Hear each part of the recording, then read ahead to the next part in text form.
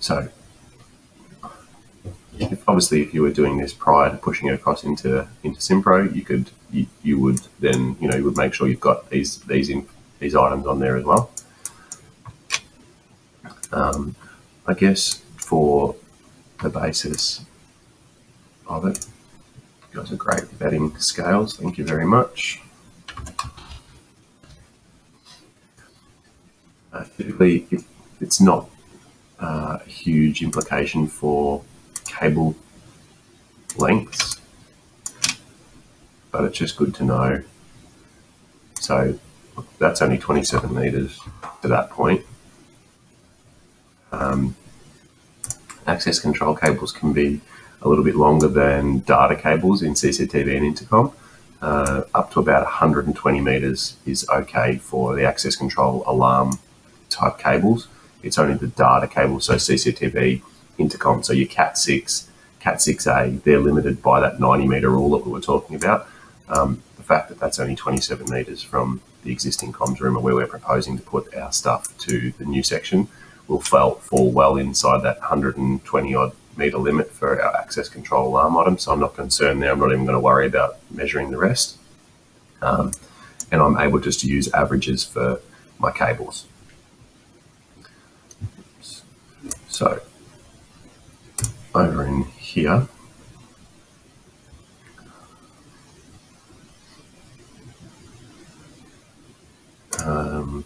so it's just once again making sure we're removing anything we don't have. So zone expanders. So we're going to have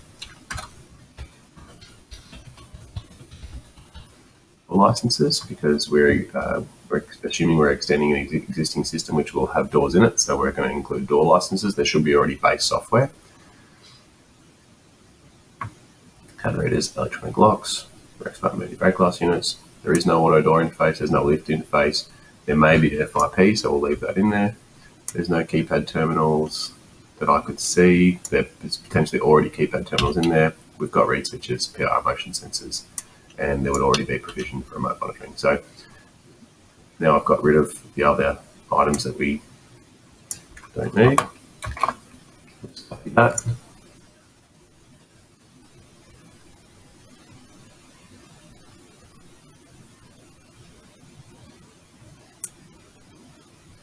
Pop it here. I'm going to actually do something different. I'm going to delete this so that I don't have that happening. There we go. I don't need that because there's no, and we don't need that. Allowance has been made for, we're going to change this. We're going to use the wording for integration between the access control system and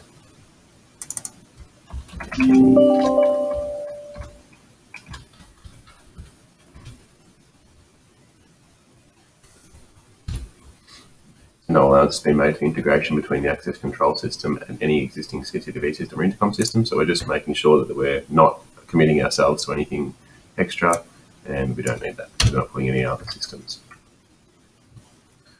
So in here, I don't mean to be a stickler, but sure.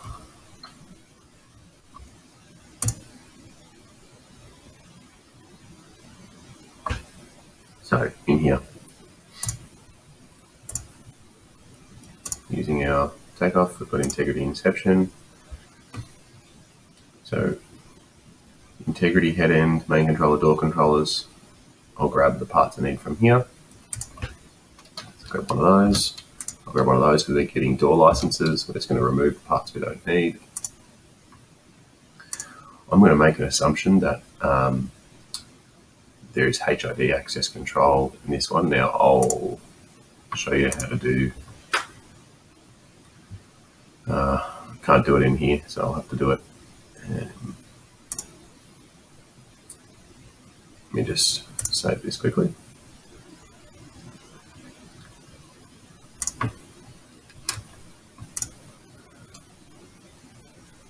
Okay.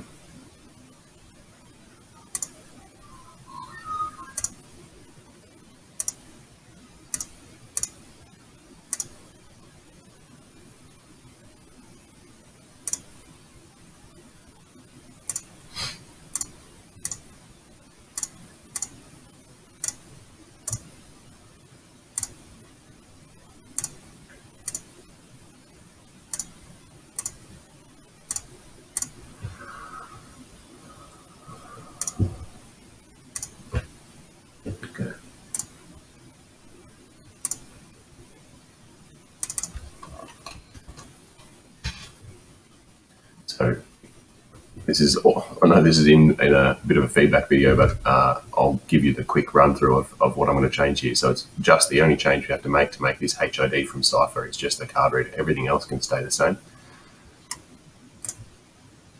So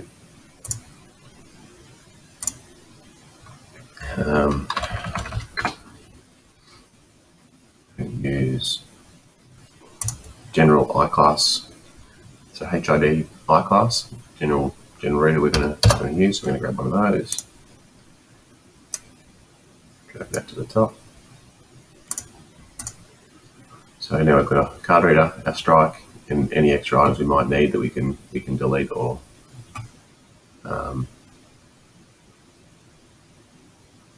that we can delete from the actual job when we're doing it. So that was the only change I had to make this HID. So, and what I'll do is, now that I have it, I'll use the one I need, and I'll go back and change the other ones later on and make sure that they're updated for you guys. There's that. So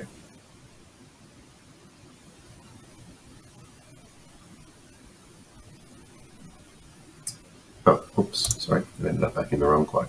That was one of that. I was wondering what happened then. I'll fix that. Access control, HID. One double mag lock. So there it is. It'll give us our one card reader, a double mag lock, our exit button, break glass, and we'll put these parts in separately. I'll show you how to do that. But okay. So deleting the items we don't need. So we're not going to use the main controller. We're assuming there's already a main controller. We don't need the 4-door controller. We do need the 2-door controller. We're going to use the standard. We're not going to use the iLamp. So these are intelligent. These are non-intelligent. I'll explain. So non-intelligent and intelligent. The non-intelligent have a limited memory on board. The intelligent door controllers have a full memory of all the users on board. So if there was ever a connection issue with the main controller, these door controllers would still operate. If there was ever an issue connection between the main controller and the non-intelligent door controllers, the door controller would still operate, but on a limited memory. So there would only be a certain amount of users who could use those doors in a situation. So typically, small systems, that's the non-intelligent controllers are okay. Bigger systems where you've got door controllers away from the main controller, we would typically use iLamps. Putting in the 8-zone landing spanner kit, so there it is. So everything else, go through and get rid of. The auxiliary relay LAN kits we use for lift interface, so I'll show you that when we come up against it. Now, this is the software, so we don't need these softwares. We do need door licenses, one of, and we don't need CCTV licenses. So pretty much we're going to get rid of all of these items because we don't need them, or we're assuming they're already there. And now it's starting to get a bit better. It'll become a little bit more clearer. So here's our card reader, double mag lock. I have changed it to a monitored mag lock so we can get rid of that item, that item, that item, that item. They're included here. Yep, so you've got your card reader, your double mag lock, your exit button, your brake glass, card reader, double mag lock, exit button, brake glass. So we've got those captured, so we can remove those. And now we're just onto cable. So I've mentioned previously that we would normally round up to the full roll, so this would become 250. For this one, because it's only one door, we do sometimes carry like short rolls, so I'm just going to leave that as 50 meters. I will need more cable for the forecore for our extra reed switches and PIRs, so I'm going to drag that up into here. Now I'm going to go grab these.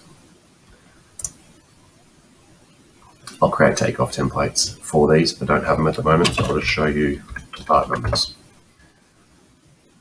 These are a flush mount reed switch. I'll just grab one for the moment, and then the PIRs that we use as a standard. Paradox. So I'll grab one of those as well, and I'll also grab the ceiling mount bracket for that. So I'll create takeoff templates for all of these, so you don't have to worry about trying to find all the information. We've got 5 reed switches, 2 PIRs, so it becomes 5, 2, 2, and save that. I'm going to drag them up above my cable.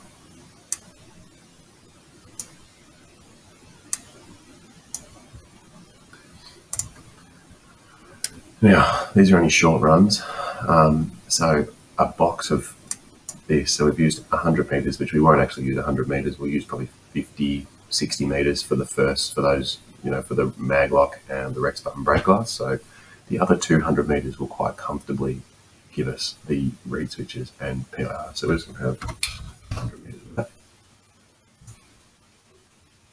And now we've got all our items.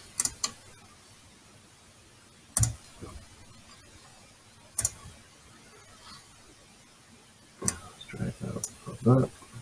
One additional door license, a slam 2-door kit, 8-zone land expander, 1 card reader, 1 double mag lock, 1 Rex button, 1 brake glass, 5 reed switches, 2 PIRs, 2 ceiling mount brackets for PIRs, cable for the card reader, cable for the double mag lock, and cable for the monitoring of the mag lock, the exit button, the monitoring of the brake glass, the reed switches, and the PIRs.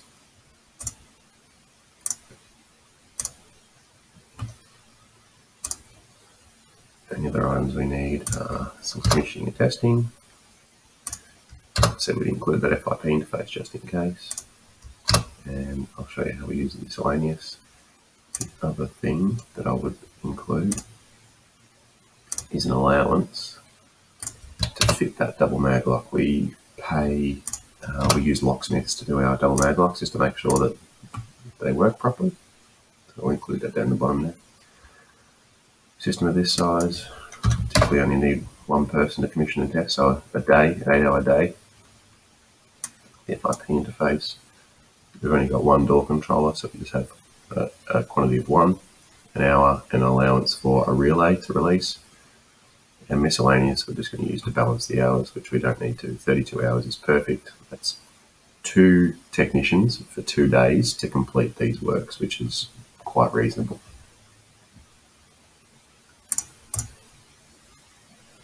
We'll just include a little bit of a allowance here just for any additional costs we might incur. Oh, I put 100 hours in, sorry. There. And that's it. We've just taken it from a scope of works using some takeoff templates, which I will adjust again. And we now have a system built around a scope of works. And we also are ready for either Scott or I to come in, just do a quick double check. We might adjust some other bits and pieces to do with margins and stuff like that to make sure that we're being competitive.